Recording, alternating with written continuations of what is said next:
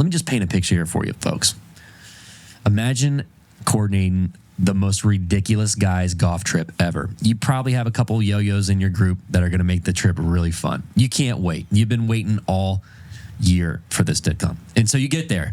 Now you guys get lucky. They put you in one of the lodges that's right next to this amazing driving range that has TrackMan right outside your door. Now your two knuckleheads that you brought with you, you're worried about them knocking one over or breaking one. That's the only thing we had to worry about. But other than that, you're so stoked. Then you play the most amazing golf ever, which we'll get into the courses here in just a second. But then you're like, I want more. So you could do that at the squeeze while there's light, or you could even, if you're really a degenerate and you still need more time, you could go play the wedge at nighttime.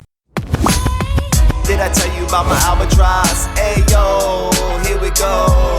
Come on. Welcome to another episode of Did I Tell You About My Albatross? I'm your host, Albie. This is the golf podcast for honest degenerates. It's like teaming up with your favorite foursome every week and diving into the best stories in and around golf. You guys ready to tee off? Let's go! Welcome to another edition of Did I Tell You About My Albatross? I'm your host, Albie. Boy, we got a good one for you tonight. I got my main man, Panda, here. Say hey, Panda.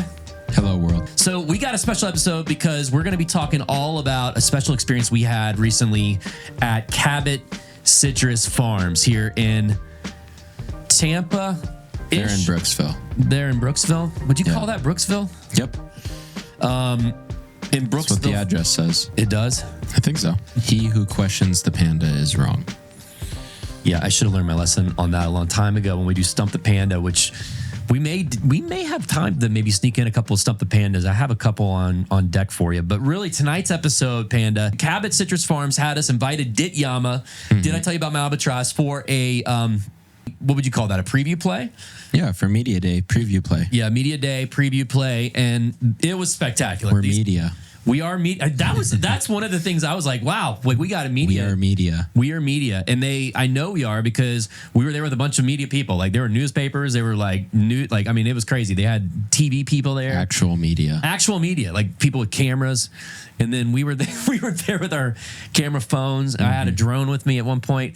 But man, I want to talk a little bit about Cabot Citrus Farms because let me tell everyone a little bit about Cabot Citrus Farms and why it is so special to me. World Woods was a golf course in the same location. They basically, Cabot bought it from the people that owned World Woods.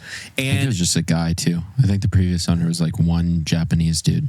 One Japanese dude. They had an amazing vision for it. It still was a great golf. The track was amazing. It's one of my favorite courses to play in Florida. When it was back then, when it was in good shape, in my opinion, it was one of the most enjoyable rounds you could play in Florida. I mean, at least for me. And they had two main courses there. They had Pine Barrens and they had Rolling Oaks. Those were the two biggies, right? Mm-hmm. Their practice facility there, and we're talking about the old version. We're going to get back to the Cabot here in just a minute and what they've done with it.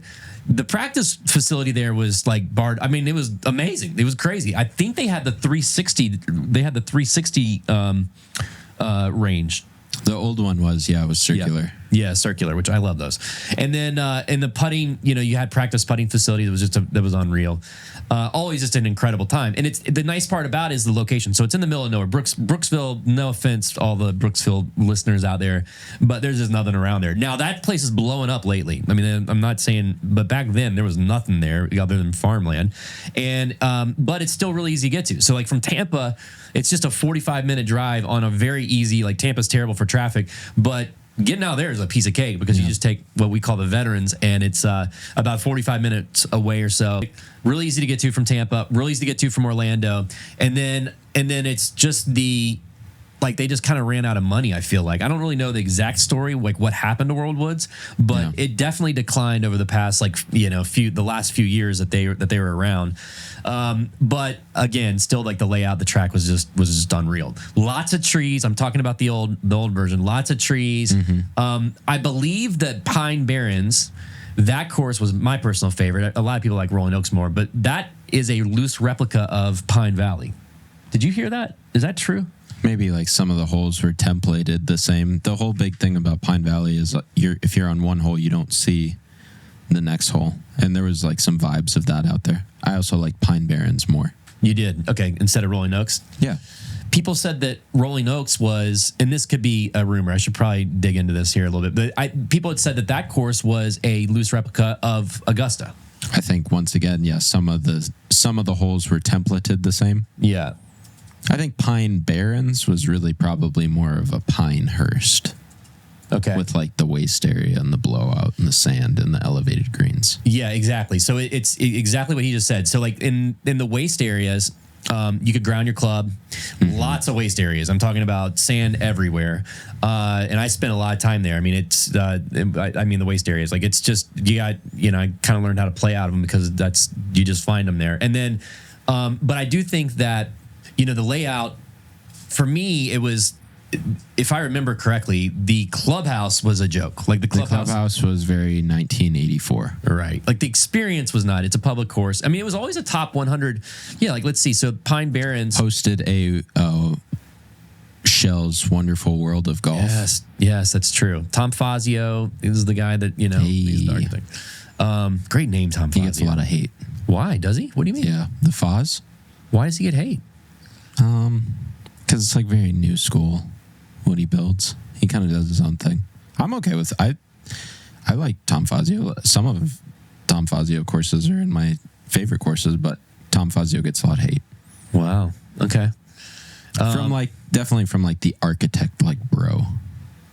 What gets He's me? Not a Tillinghast or a Alistair McKenzie or a Donald Ross, so he's gonna get hated on. Pete Dye gets hated on, so. Yeah, I mean, I'm looking here, like the people that his competitors were Pete Dye, Jack Nicklaus, and Arnold Palmer. How do you feel about architects that aren't, I mean, maybe this guy is just an amazing golfer and I don't know about it. He probably is. But how do you feel about the golfers that are not pros, that are the architects that aren't pros? Do you prefer pro architects or do you prefer, it doesn't matter to you?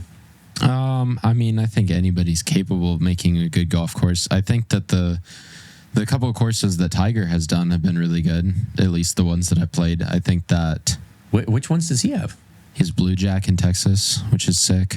He has Paynes Valley in Missouri. Terrible name. It's Misery is the name? No, that's Missouri. That's how I pronounce Missouri because it's a miserable state. Sorry, Missouri. Wow, we are so all the Brooksville people are going to hate us. So and far, Missouri, and the whole state of Missouri. All right. No, he has. Tiger has some cool golf courses for sure. I've never played a Jack Nicklaus course and walked off and been like, "That was sick." And then what did Arnold Palmer build? Was it Bay Hill? Is that it? What? I mean, no, he has a lot. He has Saddlebrook. Okay, yeah. I mean, the Palmer course is Saddlebrook. No, Arnold Palmer has some good golf courses. Yeah, sure. Honestly, I'm sure Jack does too. Yeah, he probably does. Jack seems to make golf courses just super, super, super long. No, I think that the best architects were from the early, kind of the turn of the century. Yeah, early 19th century. Your Alistair McKenzie's, your A.W. Tillinghast, Donald Ross. What about Jimmy Demerit? Jimmy Demerit? I don't know that I've ever really played a Jimmy Demerit. I grew up playing a Walter Hagen course in Billings, Montana. Okay. I like that one. He played a lot of golf. I would love to maybe do a deep dive on just like architects because I know you know a lot about it. I just want to learn a little bit more about them. But all that being said, maybe one day have Albatross National. Exactly. That is our ultimate goal. Our ultimate goal is to get enough subscribers, which I have no idea what the number would be, but it would be to get enough subscribers to where we can build our own golf course. And I think it's 18 par 5s. 18 par 5s, all albatrosses, and the green slope towards the hole to make it pretty easy to get an albatross. So this may be the tie back to what I was just saying. So Joe Black, past president of the PGA of America, said, "This is like having Pine Valley and Augusta plus the best practice facility in the world in the same location." That was his comment on World Woods. That's a pretty crazy. It's a pretty bold statement. I'm saying it was one of my favorite places. I would not put it. I mean, I've never played Pine Valley. Everyone just says maybe like when it opened. Yeah. I mean, I think that was definitely the vision for it. So that was World Woods. That was the tie back to that was it was cool before. Exactly. It was cool before and it's cool now. And top 100. I mean, it was a top 100 public course you could play. I mean, all the time. I don't think I ever saw it out of it. Yeah, and we need good public golf. That's right. We want less people to play golf. I thought me and you, but we want to shrink the game, but we do need more public golf. That's true. Okay. All right. So I now work at a public facility, so I gotta be pro public golf. yeah, shout out, by the way, just so everyone knows, let me give a free plug here because they're certainly not spending the advertising dollars on us yet, but Add to Performance. Why don't you tell the folks what you're doing down there at Add to Performance? Add to Performance is now the world's hottest upstart golf academy. We're gonna single-handedly, day in and day out, create the next generation of elite golfers. Yeah. Here in Lando Lakes, Florida, home of John Cena. What? What is that? Is that what does he do that? Does he do what did you just do? Did you do Yeah, I that's Love like Net? his song. Oh. That like he plays when he comes out. I also love wrestling. If you want to have a wrestling episode. Did you go to the one in St. Pete? No. Did you want to? Kinda. Oh, dude, just tell me. I would have got you on there. So you're media now. You could have got in there. Yeah, media. No, so in Johnson, I always forget. I think it's so funny he lives here and like so I think I'm excited about the Academy because I think you guys are doing some pretty cool things. That's actually owned and created by a friend of the show, Brad Bruner, he's part, and then also The kangaroo, we call him. And then we also have Shepard. So friends of the show and everyone knows Shepard started as one of our co-hosts and still heavily involved in the pod. So we're really excited about it. I think these guys are just going to absolutely kill it. And if you live in the Tampa area, in fact, if you don't live in the Tampa area, they even have ways that you can still get involved with their academy. So check them out. All right. So there's that. There's a free plug for you guys to build your academy. You guys are going to be jam-packed now. You already are. Yeah, World Woods got sold to Cabot in the Cabot family, I think about 2 years ago, maybe a year and a half. And I've been I've been so jazzed about this. Like I to the point to where, between us and Cabot, please don't be mad at me about this. I've driven up to Brooksville a few times, like during this whole process where you guys were moving around tons of dirt and getting rid of a bunch of trees, moving and shaping the whole earth around there. I went up there a few times and just like looked through the fence and like awe. Like I could not wait for this place to open because again, it was one of my favorite tracks and it's just going to be spectacular. Everything I hear about Cabot, everything they're doing in Texas with their courses there that they're building, everything they've done, and you name it. In fact, we're trying to plan a trip up to the Nova Scotia course. We just start what happened with our day. So we get there. Just chronologically? Yeah, yes, exactly. Let's describe the day. So we get there. We were treated like media, so it was just phenomenal. We get there. Super nice people. By the way, Canadian people, they're all from Canada. The Canadian people they've got to be the nicest people on the planet. Like, name me another group of people that are nicer than Canadians. Yeah. You don't have one? No. I grew up in Montana, so we're cool with Canada. Are Montana people nicer than Canadian people? No. Canadians really are pretty nice. Yeah, they fucking giving away healthcare and pills and maple syrup all the time. You can get maple syrup and pills in Canada for free. It's included in your taxes. Yeah. Okay, dude. Like people get like insulin from Canada because it's like $4. Yeah. Yeah. So, but I guess my point is the hospitality, the service was just unreal. So, we've been to Bandit, like I've been to Bandit. I know you used to work there. So, it's just like, and I get it. Like, people are spending a lot of money to go to these destination type courses and you've got to like just kill it on service. But right from the get go, I get into the guard gate, and even the lady at the guard gate was like just the nicest lady you've ever. Oh, dude, she's like, yes, exactly. And so we pull in a little chilly that day. We've got all this on our socials. We're going to be posting all of this, and then I'll be we'll be editing in. If you hop on our YouTube, make sure to check out all the videos because we did capture some pretty cool video of it. I flew a drone around, like I said, but we get in there and then we had DITYAMA gear, provided by Swannies, which shout out to Swannies. Thanks for hooking us up on that. We get there and they're like, oh, why don't you walk in here? And we walked into their new what would you call that? Like golf pro shop? Was that the pro shop there that they had us in, or what was that? No, where we walked in was just really like merchandise house. They were like selling head covers and shirts and stuff. Dude, their merch is great. Like this hat, merch is cool. They gave us hats. Towels. They gave us a towel. Look at that thing, dude. Hand over here. Look how big that towel is. Is that a regular size towel? Yeah, it's like a caddy towel.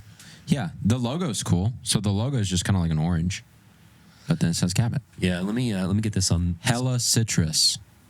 Hella citrus, yeah. Oh, and I use this, so thank you, Cabot. When you get there, for anyone that's ever been to World Woods and the property, it looks totally different in a couple different ways. One, I'd say that the fact that they have the lodging already up, like I knew they were going to be doing like these really crazy lodges.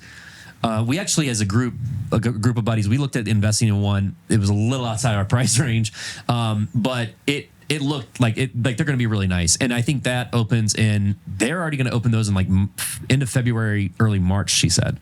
So I thought that was crazy, and they're popping them up all over. So they have that.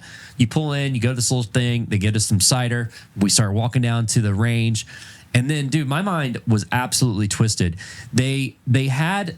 What's cool about the range there and the practice facility, keep in mind, you just heard that comment about the old PGA dude saying that it was like Augusta and Pine Valley with a world-class practice facility.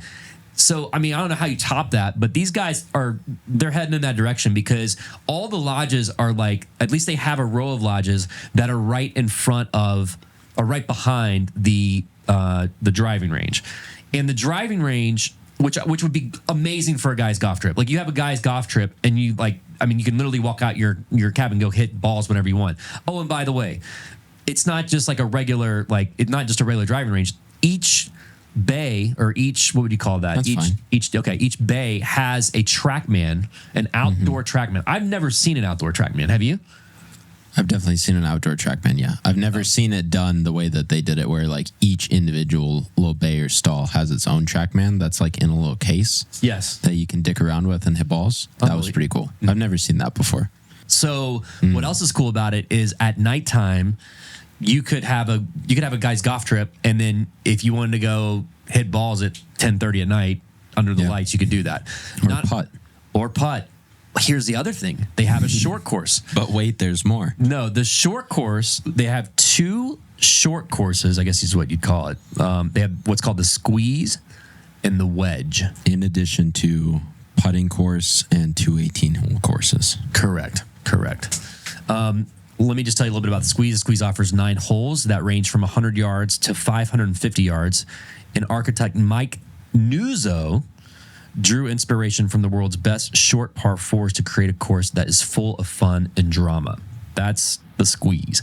The wedge, an 11-hole. Why? Have you ever heard of an 11-hole course? I've never heard of that, but... Yeah, if it's like a short course. Okay. The preserve at Bandon is 13. That's what, okay, I've seen, yeah, that's the only thing I could really compare it to. So the wedge 11-hole par 3 course that offers vast waste areas, greens with dramatic slopes, and lots of varied lies. Golfers will encounter some of the Cabot Citrus Farm's most interesting design features at the wedge, and lights located throughout the course. So this is the lit one. So let me just paint a picture here for you, folks.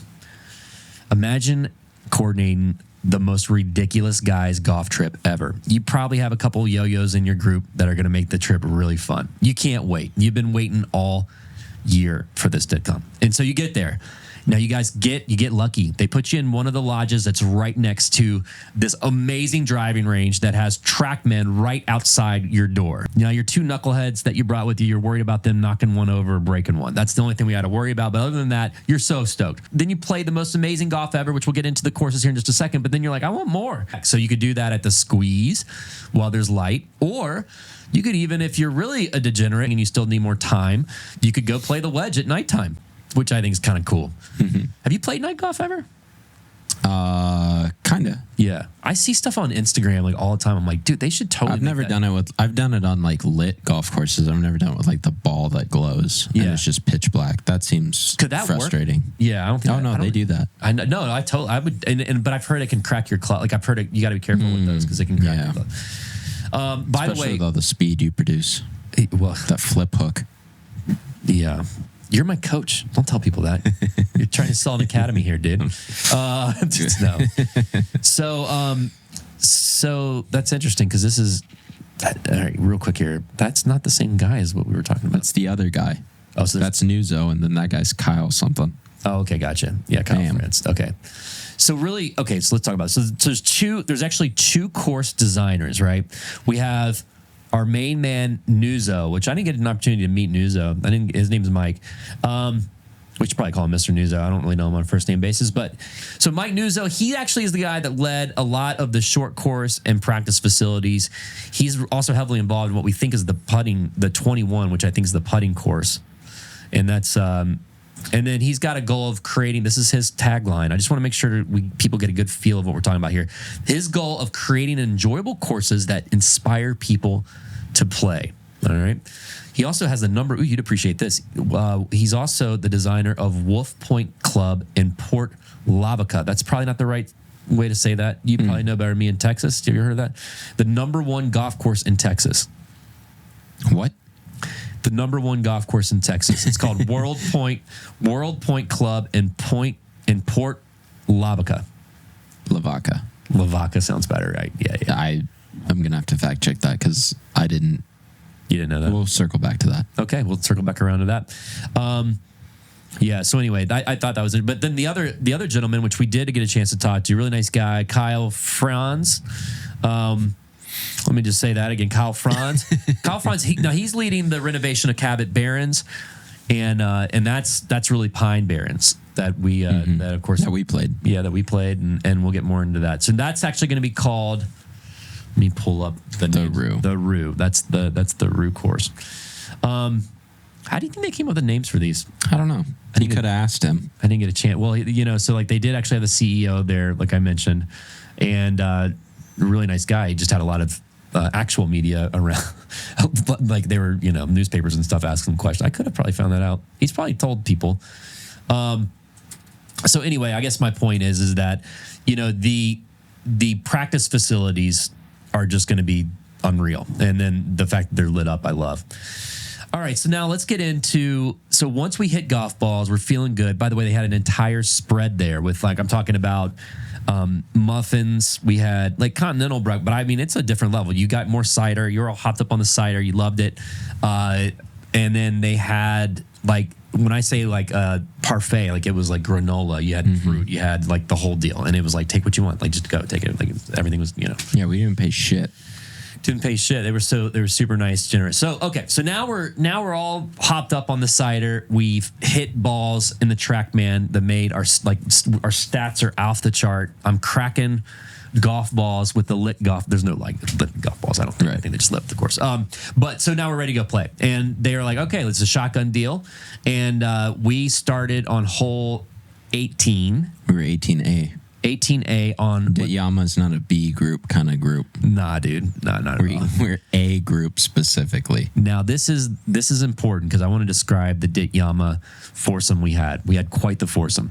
Shout out to Kangaroo, because Kangaroo actually, I think, in my opinion, was the all-star of this trip, because he actually took a back seat, and that never happens for friends of the show, but he did it because we had a very special late ad, Mr. Gerry Carey. Now, anyone that's in golf, like social world, like if the social media stuff or like the content creators, dude, this guy, Gerry Carey, first of all, super nice guy. I reached out to him.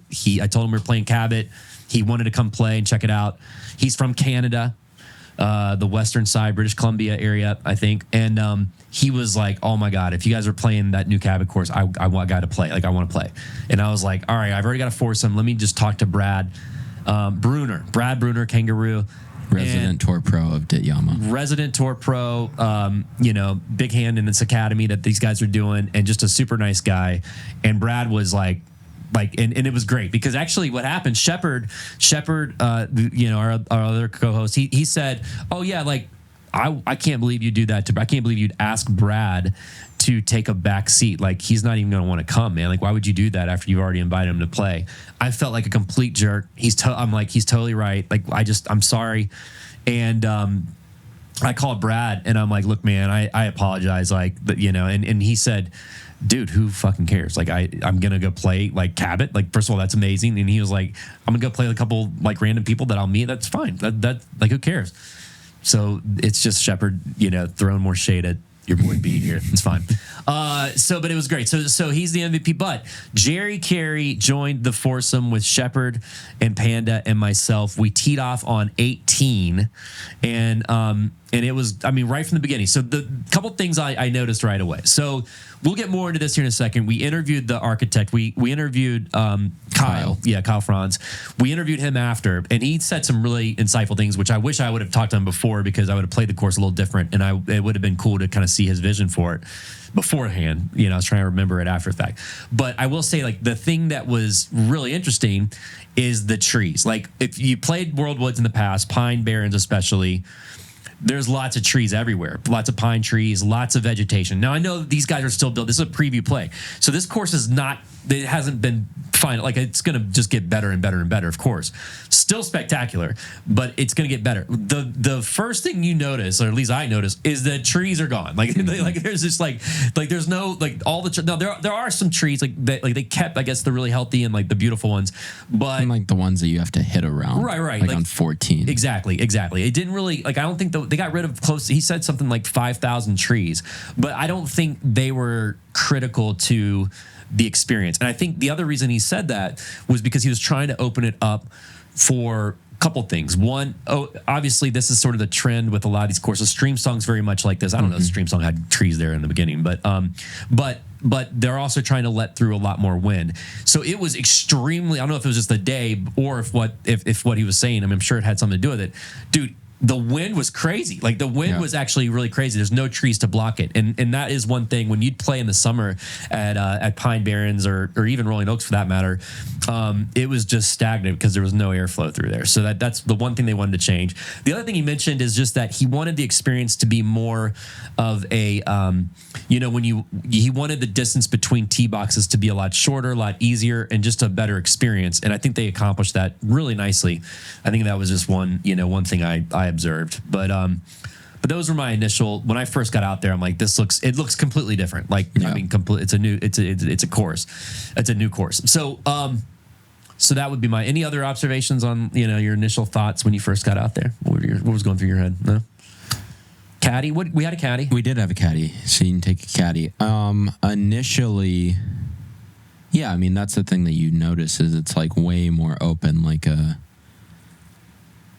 Bandon that isn't trails, or like a Scottish course or a Stream Song. I think a Stream Song is like a good comparison. I think that it's a Stream Song-y kind of feel. Which one? I mean, I think it's black. Is it? So it's a link. You're saying it's like a links course. I don't like using that word when it's not an actual links course. That is actually one of my big frustrating things. All right, sorry. It has to, a links course links the land to the sea. There's no sea there. Is that what that means? That is what that means. Wow. Dude, so when there's no actual ocean, I hate when people say it's a links. I had no idea that's what that meant. I thought, like, why they put road bunkers in, like, middle of nowhere, Florida because anyway, to me, it felt like, okay, that makes total sense now. You can say it's kind of, linksy. There's a lack of trees. It's very windy. There's sandy areas. But, yeah, to say links is... It's a no-no in your factual. world. Yeah, that's a panda no-no. Okay. All right. No bamboo for you. Good to know. All right. So then we start playing. I mean, I think being with Gerry, I was really interested to see how good Gerry Carey was. Like, he's got literally tens of millions of TikTok views. He does this thing, for those of you who don't know, he does this amazing thing. I'll put a link here and all of the stuff that we do. He does this amazing thing where he walks to someone randomly in a parking lot in like a random country club. He did Carrollwood, by the way. Yeah, Carrollwood. Yeah. And he's like, hey, yeah, you want me to be, he says, oh, this guy's going to be perfect. And he walks up to him and he's like, can I caddy for you today? And these are just random. These are like typically these are higher handicap. Like the guy he got at Carrollwood was like a 27 handicap. Yeah. And they're like, they've never had caddies in their life. They don't even know what they are. And they're like, and he's like, come on, what if I get you a par today? I'll give you a new pair of Italian golf shoes, or like, something crazy. And they're like, okay. And then he learns their story on the walk, which I love. I mean, it's a great concept, gone viral, tens of millions of views, nice enough to join us. And I was really curious to see how good of a golfer he was. Pretty good. I mean, he could get around like the course. Like he was, I don't know what his handicap was, but I mean, he was good. He scraped it around. I mean, it was a tough course, like for probably Gerry, for not, never. I mean, it was a tough course. We made Gerry play the backs. We did. We didn't play the backs, but we played pretty far. We played the one-ups. We did. Yeah, we went on one up for him. We played the one ups. They were like, you should play the tangerine. We like, nah. Oh, they had DITYAMA plays the one ups. Oh, I didn't. So they had. That's funny. So they have different types of citrus for the tea. Well, they had like specific like oranges on the tee box, and I think literally everybody else played from like 5,500 yards, Right. and we played from like 6,800. And it was still And like Brad played from like 74. Yeah. So Brad Bruner again, previous pro. He walked off the course with the course record. Did he tell you that? No, they gave it to him. No, because he didn't finish because we had practice. Well, then he didn't get the course record. What do you mean? If he would have parred out, he would have had it. Oh, well, he didn't par out though. Right. Well, we can't give him that. Well, come on. What are you talking about? You know what it really drives? If that drives you nuts about links, you know what really drives me nuts are when people trying to claim You think he couldn't have course parred records when they didn't 17 finish. and 18? I mean, could he? Sure. Did he? No. No, I think it was just 17 because we started. Yeah, on yeah, it was 18. 17. He left had to play one hole. Yeah, one hole, which I cannot believe. He's saying the caddy wanted him to stay. He's like, nah, Why wouldn't he? I mean, I don't know. because we had practice. I left too. Yeah. Boy, you could have held practice together for him a little bit, but yeah, the course record Yeah, on the line. I guess. Well, dude, He left before I did. listen. I mean, I played 18 holes. I get the course record, dude. It's been open for. It's not even open. This is a preview play, so of course he's gonna get the course record. He even said Yeah. you're not gonna witness the course record, which I guess no one did because he didn't get it because he stopped early. Okay. Oh, we'll just go back. Yeah, exactly. Cabot, we'd love to hey, we need to go get that course We're record. free on Wednesday. We're free on Wednesday. We can probably make Thursday next week. Anyway, we'll send you our dates when we're available for this again. We can't wait to get back out. So okay, but that no, I think that's a really good point because with Gerry, he did kind of tough it out with this, and I thought he kind of held his own. Gerry also, by the way, got closest to the pin on one of the holes, which was the most ridiculous shot. Oh yeah. If you remember, it was not a very well struck. No, but I have a theory on that. I have a theory on that, like hole-in-ones and shit like that happens from not always super great golf shots. Oh, totally. Because you got to get it like running like a putt sometimes to go in. And so, yeah, it's like Gerry hit one to a foot on a 191-yard par 3 that carried 108 yards. Now, here's the other thing. He let his girlfriend, shout out to Carol. She was with her. She was with him, and she was awesome. They're both super nice and great. Again, Canadian people. She knocked in this putt. Yep. That was amazing. All right, so then we have Gerry Carey. And then as we're kind of making and there are holes out there, I will say, for Pine Barrens, if you remember, there are a lot of holes that you can kind of tell that those are absolutely the same holes that were there. That was what Shepard was very... Like, I don't know. He was like, they're all different. I was like, no, they're not. No, not at all. Like, a lot of them are not the same, but like, they're the same. Right. They're super similar. I thought Kyle... But they left the cool holes. Exactly. I thought Kyle did a really good job with, I'll put excerpts of the interview we had with him on the podcast here. I'll mix some of these in. But I thought he did a really good job keeping the essence of a lot of those marquee holes. Like, at least I say marquee, they were my favorite. They were the ones that I remembered the most. So you had mentioned the wide world or the Shell's world of what the fuck they call it? I think it's Wonderful World of Golf. Wonderful World of Golf. It was like 2002 or 3. Yeah. I tried to watch it. It was Phil and somebody. It was Phil and Tom's, I believe. I don't know if that's right. Yeah, we got to find that. Yeah. We got fact checked that. But yeah, but it was awesome because I just remember there's one hole in particular which we can just talk about it now. So number 15. 15's my favorite. Yeah, 15's the short guy. Yeah, 15 for all of our Tampa people or anyone that's played World Woods in the past, awesome hole. You get up there, depending on what your tee box looks like, depending on where you're playing. If you're playing the DITYAMA stick or you're playing the DITYAMA tees, what kind of citrus was it? Oh, the tangerine. Is the way ups. Oh, the tangerines is probably like a par 3. Yeah, tangerines are. Yeah, we played it from 258. I remember. Was that it? Yeah, 258. Oh, we played it from 258, and there's only one tee box back. Yeah, so adjusted 250. Yeah, so I'm gonna put this in the YouTube. Please subscribe to our YouTube because I'm gonna put a picture of the hole, and it's just so cool the way it is because again. We're in the middle of nowhere, Brooksville. It's just all waste area. Like it's just like World Woods was always waste, but he kept a lot of the essence of that hole.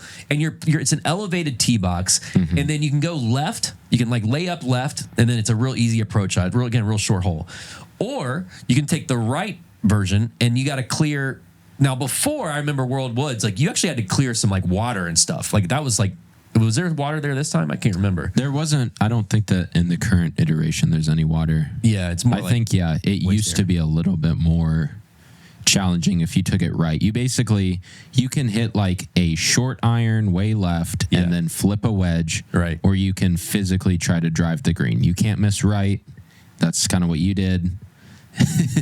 You're in the weeds if you miss right of anything. Yeah. You can kind of miss long, but you definitely can't miss right. So if you take the green on, you've got to physically land the ball like basically on the green or just long. Yeah. But if you do, then it's like you make birdie. Yeah. Yeah. And I mean, and so, that was one where you and Shepard were just a little, like a hair short of the green, which I mean, it was. I flew the flag and lipped out for eagle. Oh, you did? So you were on the other side of the green? Or wait, I thought you were short of the. I hit a top 10 shot of my entire life, so thank you for remembering it. I was too busy finding mine over on the right-hand side when the We have video of yours, though, and you saying that's not drawing. That's true. I do have that. All right, I'll put that up on the YouTube, too. It was funny, yeah. And you were like, well, it's kind of drawn. And then it went tried. Right. It went way right. But no, and then I flipped the little wedge. I mean, I got a par on it. Yeah, you saved par. But Shepard was short. Okay, so you hit the most amazing shot in your life, almost went in, and you got an eagle. That's right. I do remember your eagle now. That's right. I lipped out for eagle. I just remember albatrosses more than Okay. But that is a really fun hole. Like, and he kept a lot of the essence there. So yeah, I vividly remember playing there before, like, and hearing. The last time I played it, I knew that it was going to be sold. Yeah. And like it was going to get redesigned, and I was like, I hope that they keep this hole the same. And they made it different, but not worse. They made it better, and it's still there. Yeah. And so that makes me happy. Yep. And then the one before that one, actually, 14 is pretty cool because you actually have, that's a par 5. You have, you can go left or right. I actually go right. I always went right.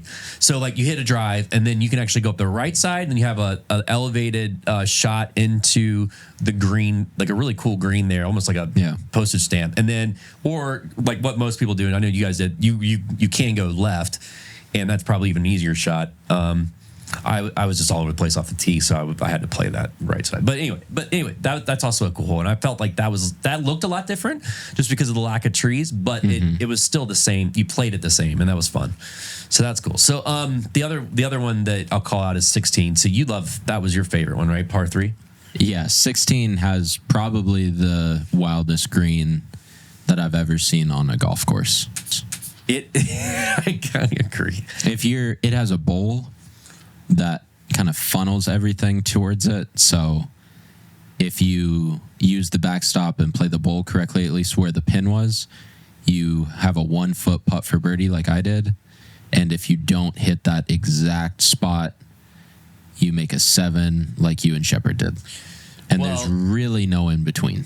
Yeah, because exactly. I mean, I hit some bad putts there, but you're right. You also had some good putts though. Like that's just tough. It is a tough. If you're standing in the middle of that bowl, what is the shelf? The shelf is at least 4 feet tall. 4 feet. Yeah. 4.5 feet around you. Like all around you. Like I've never seen. Well, I wonder, they're not always going to put that. They're always not going to put the flag there. No, but it doesn't. Yeah. That's okay. If they put it above it, you still have to deal with it. No, you totally. Still have to putt up it. No, totally. I think it can work out to your, but they had a hole in one on that hole. They did. Because I think it can work out to your benefit because, you know, if you get anywhere near there and you land right, then you can go around the bowl and it'll kind of feed it down, and who knows. They had a clown face on it too and a windmill.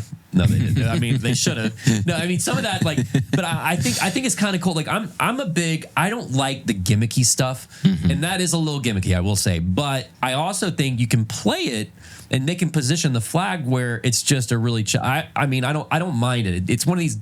I'm not describing. It's not really like a gimmicky thing where it's like I don't enjoy playing it. It's actually kind of interesting and fun. That like it kind of reminds me of a very small version. It'd be like a micro version of Stream Song Black #9, where you have that huge bowl and all the kind of funnels down. It's like that, just shrunk down to like a micro machine level. Yeah, the green itself is not that massive, but the bowl that you have to deal with is pretty severe. There was another par 3 though on the front that has like a Barrett's hole. That's a template that a lot of people use. Yeah, I think that par 3 number. Oh man, I wish I knew the numbers here. I don't know the number, but 10's a par 3, so it's like 6, 7, 8 or something. Yeah, it's one of those. But I remember that one actually looks very similar to the old hole, except again the trees and surrounding area look different. But I loved that par 3 on the original Pine Barrens because you'd go over. It had that really cool lake in the front of it. Yeah, and then you can actually hit it on the right side, and it would funnel everything down to the left.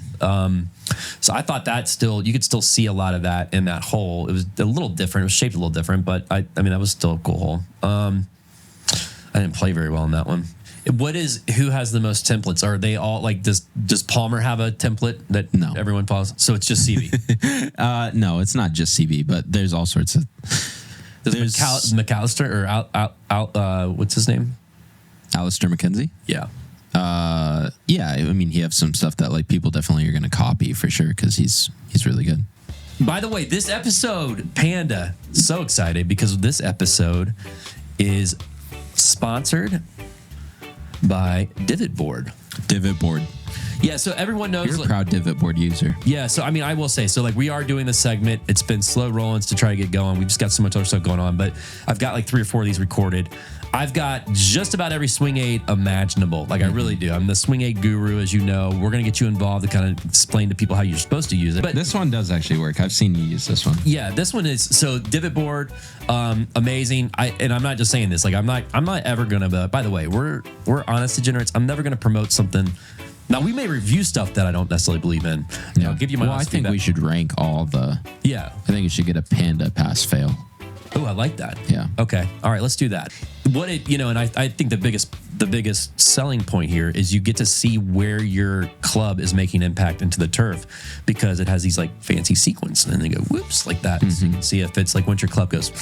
I mean, they've been around a little bit. They're pretty popular, but they've been kind enough to actually give us a code that our listeners can use for 10% off and free shipping. And all it is go to their website, and then in the coupon section, you type in, or I think code section, you just want to type in Albatross. All right, so then the other thing that we had was the halfway house. So about mid-round. Those are sick. Yeah, so mid-round. He passed it a couple times. He passed it at least twice, like on the front and once on the back. Yeah, they have this amazing, like, I mean, it kind of looks a lot like the lodges that they're building, but it's all like modern, I don't even know what you call it, like modern farmhousey, kind of like really well done. Like you go inside and it's like, oh shit. They had beers that we've never seen before. They had this one creamsicle beer. I wish I could give a shout out to the brewery. I mean, it was a local brewery. Maybe I'll try to put that in our comments too so they can sponsor us. But it was delicious. I kept going back to them like, hey, do you have any more? And they're like, no, we don't have any more of those. No, you drank them all. Yeah, we're giving you everything else. Like, please leave us alone. They gave us sandwiches. It was barbecue. It was incredible. Like, that's the other thing. So, like, the food at the turn, it wasn't like your typical, like, I mean, I think Carol would shout out to concert. You go in there and they're like, oh, yeah, no, we got this hot dog that, it's been spinning for 3 days. Like, that'd be good for you. And then the bread's got mold on it, but, whatever. Shout out concert. We love you. Thanks for having us. But no, it's like no. I was actually there. They did have hot dogs. They did have hot dogs. Yeah, like really good ones. Like and then the guy goes, oh yeah, or you could do our barbecue sandwich. And by the way, this barbecue has been like slow roasted or whatever. They smoked for like the last 2 days. It was like incredible. And we went in and talked to the guy and like just the service and the food and everything was just phenomenal. So that's going to be great. So then after that, we just kind of. I mean, I think that's. I mean, in the rest of the course. I mean, just in general, I thought it was. It's still really early. A lot of the vegetation needs to still grow in, like the stuff that they just planted, and it's going to be spectacular. But yeah, and then I think it's going to be an amazing for a guy's golf trip. It's going to be like I like whoever like listen to this. Like if you don't live in the area. And you're trying to look for a good guy's golf trip, especially if it's easier for you to get to here in Florida, dude, this should be at the top of your list, in my opinion. This should be definitely up there. Yeah, if you're looking to travel, for sure. I mean, you can make a pretty sick week of flying to Tampa, flying to Orlando. Yeah, you can hit Cabot, you can hit Stream Song, and then probably go back to Orlando because Orlando is better golf than Tampa. But you can hit a lot of sick places for sure. Yeah. Where would you go in Orlando? Where would you go play golf in Orlando? Yeah, you specifically. I like the Waldorf. I do like the Waldorf. I mean, Orange County National is cool. Orange County National, like, I mean, and by the way, if you guys would have us out there, I could easily edit this out. They had a live event. Well, they did. But I mean, but to me, like, I've played Orange County. I used to live in Orlando. Shout out College Park. Shout out all my I-4 Cup guys. Like, I love a lot of the courses in Orlando. The Orange County National to me was it like hit or miss on like the quality, like not quality, but the condition. Like they have some. It's a factory. It is a fact. They have a lot of play out there. They play a fuck ton of golf there, and they've had Q School out there a bunch. I know. I mean, it's a great track. Like I don't know. I mean, I'm not trying to knock them because their tracks are awesome out there. With Panther, they have Panther. Oh, Crooked Cat. Crooked Cat, yes. Yeah. Crooked Cat. Yeah, the Waldorf is good. There's like the Four Seasons. There's a Ritz course. Like there's lots of good golf in Orlando. The private there's a ones ton are of amazing. golf in Orlando. The private courses in Orlando are amazing. Like you got Lake Nona. You got like some of the private courses are just ridiculous. But yeah, so I mean, I think all in all, it was just an incredible experience. So then afterwards, they had an amazing food truck situation. So their food trucks are great. They had all kinds of different like brewery, like craft beers, really eclectic stuff, like cornhole. It's just a really fun like vibe, like a really fun like down to earth. I don't think that was just for Media Day. That was actually they're gonna have those food trucks there. Yeah, like they're gonna be there for the guests there, which is awesome. And then you have and then that's right next to the short courses. So then that's kind of leads you right out there. I think the rate for the course that we played isn't that insane either. Well, right? I think it's because I mean I think it's like 160 right now, but I think that could be because it's so new. They're okay. Yeah, like I don't know, maybe not. I mean, hope they kind of keep it like closest to that. Yeah, I don't ever like $500 golf courses. No, I mean no, not at all. And they hopefully will have like some resident rates, but I think for me the overall consensus is just I think it's got some growing in to do, but you can tell it's going to be absolutely spectacular. You can tell, to me, in my opinion, I think it's going to be better than Stream Song. Very comparable. I love Stream Song. I'm not a huge, I'll just say it, Stream Song. You haven't had us out. Cabot did. Yeah, that's true. Have us out, dude. Changed my mind, but I've played Black a dozen times, and it's... Black's my least favorite, though. Yeah, me too. I love Red and Blue. Why do you keep playing it, then? Well, I mean, I'll still play. It's still a great course. No, it's still a great course. I'm just saying for the money. Like that's usually an expensive round. So it's like, and I don't mind. Like I don't like spending a lot of money. But I mean, if I'm gonna spend a lot of money, then I'd rather play Blue or Red, honestly. Yeah. And I'm usually playing it in the summer to kind of save a little bit of money, and that it just gets so hot out there. It is. So hopefully, and that's a trek. Like that's a day, man. Like you're beat to shit after that, and then you're like, you get in your car and you're like, God damn, I gotta drive back to Tampa. Yeah, yes, it's not easy to get to. Like it's so much easier to get to. I don't pay for Stream Song, so I don't know. I do have to pay the caddy though. You do because of PGA? Mm-hmm. I don't pay Old Memorial. I don't pay Stream Song. I don't pay anywhere. It's crazy, dude. Get your shit done. I just need to get my shit together and become a pitcher.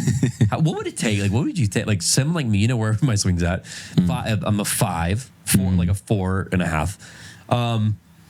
What would it take for me? Like how hard? Like, tell me the exact process for me to get my PGA card. You got to pass a PAT, which is you got to shoot like 77, 77, 78, 78. Oh. It depends on the course. In the same day. That's the one kind of kicker. Got to play 5 rounds in one day? What are you talking about? No, you got to play 36 holes in a day. Oh, I can do It's that. 15 above the slope or the course. Dude, I could totally do that. Then what? Do I take a test or like something? 3 years of bookwork. Oh. Well, that they stagger so that you can't just like, I'll just do it in a weekend. Like you have to like go to a seminar, do it, go to a seminar, do it, go to a seminar. But I could do it? I mean, I could. Yeah. It's open to everybody? Yeah. Anybody with a checkbook? Dude, that could be a really good hook for the show. Is like Brandon becomes a PGA of America member. Take you guys on a journey. I got 2 kids. Can a regular guy get his PGA card? What do you call that? PGA professional? Just say be a PGA of America member. Okay, PGA of America member. You do get a physical card, but I always feel like card insinuates like I'm a tour player, which if I'm drunk enough, then I am. Yeah, exactly. Yeah, if you're drunk enough, dude. When I tell people about you on the show, I'm like, I want my co-host. He's a PGA tour card. That happens all the time when you're like, PGA member, they're like, you play with Rory? And it's like, Yeah, dude, all the time. how many high noons have I had? Yeah, I've had like 10, and I'm like, yeah, and he's sick. Yeah, no, dude, he's like, I mean, he's Love like, Rory. he's a different level than us, but I mean, you know, we're all kind of like, we're all good golfers. No, I fix slices, bro. Yeah, you're a slice fixer. And then would I actually be able to go give lessons? Yeah. Shut the fuck up. I mean, if somewhere hires you, So you can play free golf for damn near forever. That's all I could. So I could do that. Yeah. All right. Fuck. The only place I've paid money to play golf in the last like 5 years is Carrollwood. No way, dude. Well, because I pay a membership. Dude, but it's a discounted membership, hopefully. I didn't pay an initiation. Oh, that's good. All right. All right. So that Shout out concerts. shout out concert, dude. I got to be honest with you, man. Like, you guys need. I still pay monthly though. Anyway, we'll do another episode on my thoughts on concert. We should review all the concerts. There's actually a lot of courses now. Yeah, there are. We played. I think we can play them for free-ish. It's $25. You pay the cart fee, so it's included. Oh yeah, we should do that for sure. Yeah, we played the one in Amelia. We played the one in a couple of them like near Ponte. Ponte Vedra. Thank you. Yeah, you don't like that one, do you? I don't like saying that Ponte. word. I can't say that. Pana. Pana. It just sounds. There you fun. go. So yeah, man. I think overall, thanks for having us. Thanks for having us, Cabot. It was really, really a special day. You guys got a lot of special things going on there. We'd love to go to have us at some of these other courses, dude. We'd love to go check out some of these others. We're gonna plan a trip out there anyway. Yeah, we'll make you a deal, everybody. If you pay for us, we'll come. Yes. If we don't have to pay, we'll come review your golf course. And you don't have to pay anyway. And we'll make a podcast about it. We will do a whole entire podcast like we just did here. And you don't really even have to treat us all that. Like, just you can leave us alone. Like, just give us a tee time. Yeah, we point us to the first tee. What's the course record? I think Cabot's got a really good model for people to follow with the free towel, the breakfast spread, the interview with the architect after, the ball marker, and then Gerry Carey coming in for I thought they didn't have anything to do with that. That was all. No, that was us. That was all us. All right, shout out Gerry Carey. Shout out to Carol. Jerry's companion. She was awesome. Shout out to Kangaroo. Thanks again for taking the back seat to Gerry. And thanks, Shepard, for allowing Panda and I to run shop on you that day. We took lots of money from him, which I loved. That was amazing. We love doing that. And then most importantly, of course, shout out all of our friends at Cabot. Anyway, thanks for listening. We'll catch y'all next time. Later. Did I tell you about my albatross? Thanks for tuning in, everyone. Don't miss out on our upcoming golf giveaways and experiences. They're exclusive to our subscribers, and all you got to do is subscribe. And until next time, golf's easy. Think fairways and greens.